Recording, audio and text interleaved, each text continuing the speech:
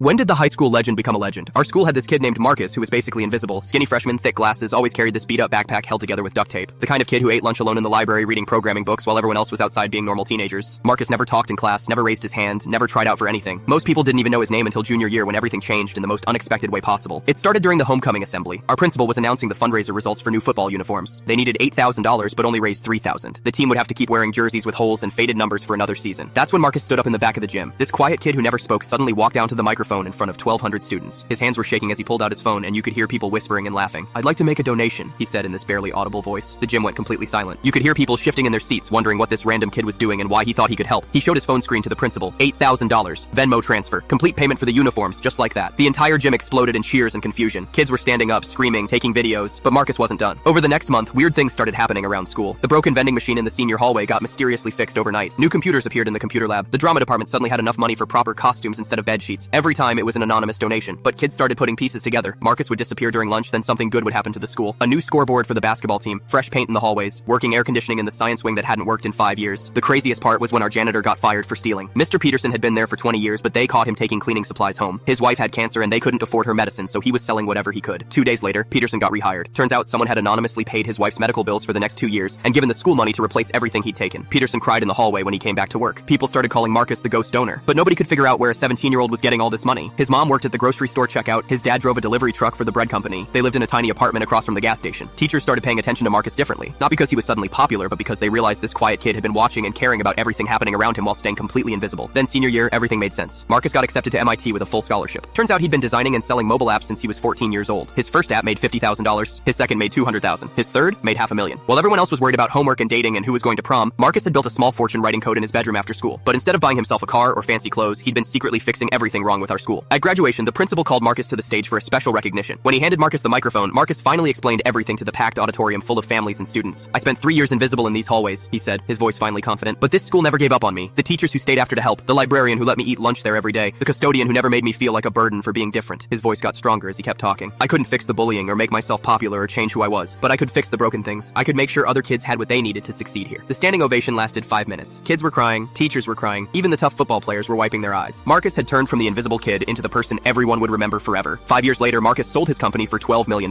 The first thing he did was establish a permanent scholarship fund for our school.